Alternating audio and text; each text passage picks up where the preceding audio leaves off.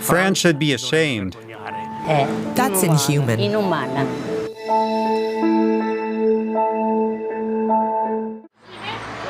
Sébastien Ollerin, the mayor of Bray-sur-Roya in southeast France, wishes visitors outside his community's tourist office all the best. The town of over 2,000 overlooks the Mediterranean Sea in the border region between France and Italy.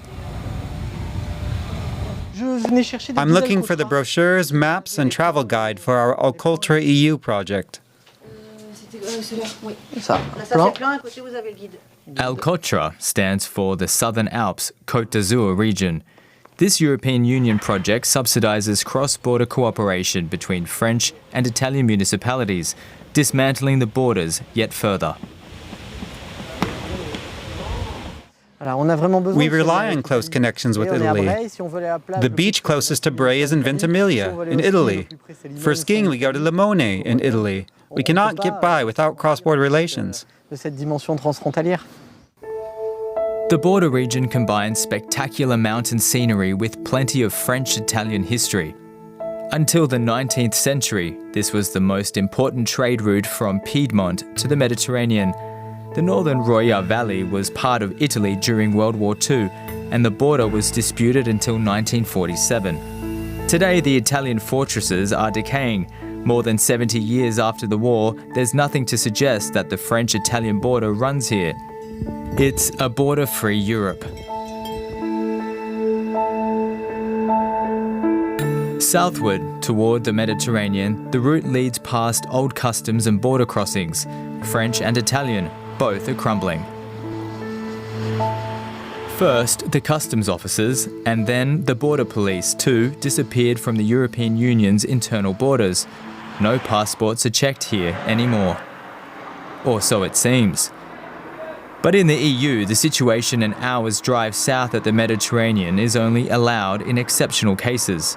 For years, France has been guarding its border between Ventimilia in Italy and Menton on the Côte d'Azur.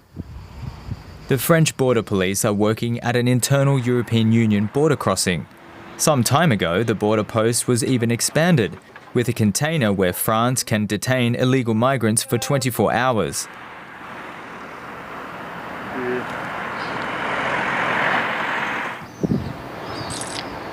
Refugees and migrants, mainly from African countries, are the reason. Most reach Ventimilia via the Mediterranean and southern Italy. It's inhuman. Really inhuman. The French don't want them. Nobody does. They send them back to the border. Not people like us, but people who have fled their countries and come here. Homeless people have been on the streets of Ventimilia for years now, many of them young people. They keep hoping to find a way through the border.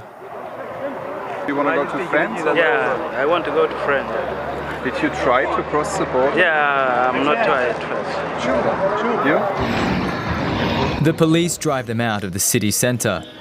The Italian government in Rome has refused to provide state support for the people here and blames France for the misery. Many in Ventimilia agree. France should be ashamed. It's not fair. It's not right that we Italians have to take in all these masses. The authorities closed the only reception centre 3 years ago during the COVID pandemic for fear of infection. It was never reopened. Only the Catholic Caritas charity hands out food for 2 hours in the morning. In the early evening, volunteers cook for the homeless. One of them is building contractor Filippo Lombardo. He's agreed to help for a year. On average, 100 to 150 more come to Ventimilia every day. Ventimilia is a stop on the way. Despite the guarded border, migrants manage to cross into France again and again. The Roya River flows into the Mediterranean here. In the Southern Alps, the river draws tourists and summer hikers, as does the French town of Bray-sur-Roya. Since 2014, the European Union has subsidised the border region with more than 200 million euros for tourism, joint nature conservation and cross-border cooperation among mountain communities. We've created tourist brochures, information plaques, and this website, which highlights the different communities throughout the Roya and Ventimilia territory and their various monuments. One such monument, in Bray's Italian twin town of Borgo San Dalmazzo, commemorates over 300 Jewish people from all over Europe who were deported from here to Auschwitz. Italians, French, Germans, Dutch. Most had fled the Nazis first to the south of France and then to the mountains on the Italian side. And they ended up imprisoned here in a concentration camp.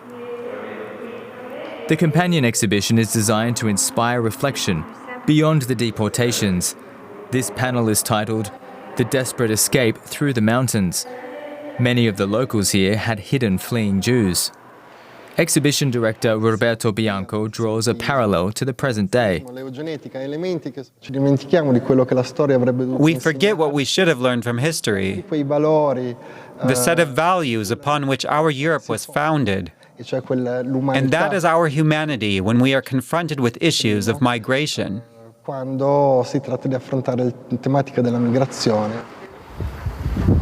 Thursday, Filippo Lombardo cooks dinner for the migrants in the parking lot in Ventimilia.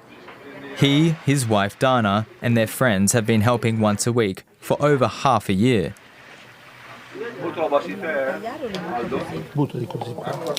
The volunteers exchange the latest information via text messages.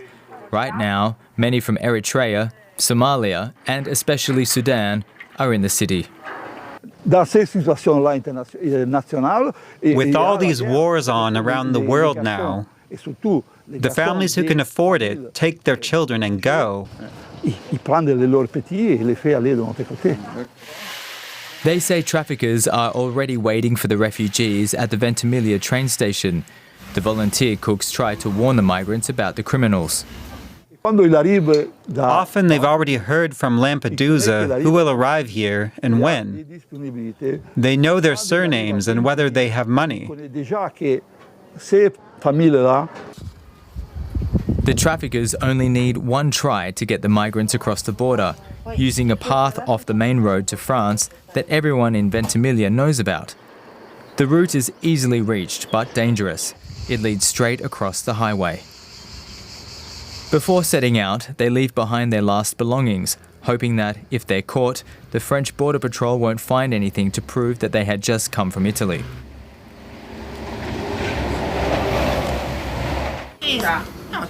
Now, the volunteers have spent 3 hours cooking with the migrants, counting the shopping and preparation time. It's very spicy, nice and hot. Many people like that, salty and spicy. Time is fleeting. Down in the parking lot in town, other volunteers are getting ready to provide meals. The various helpers depend on one another.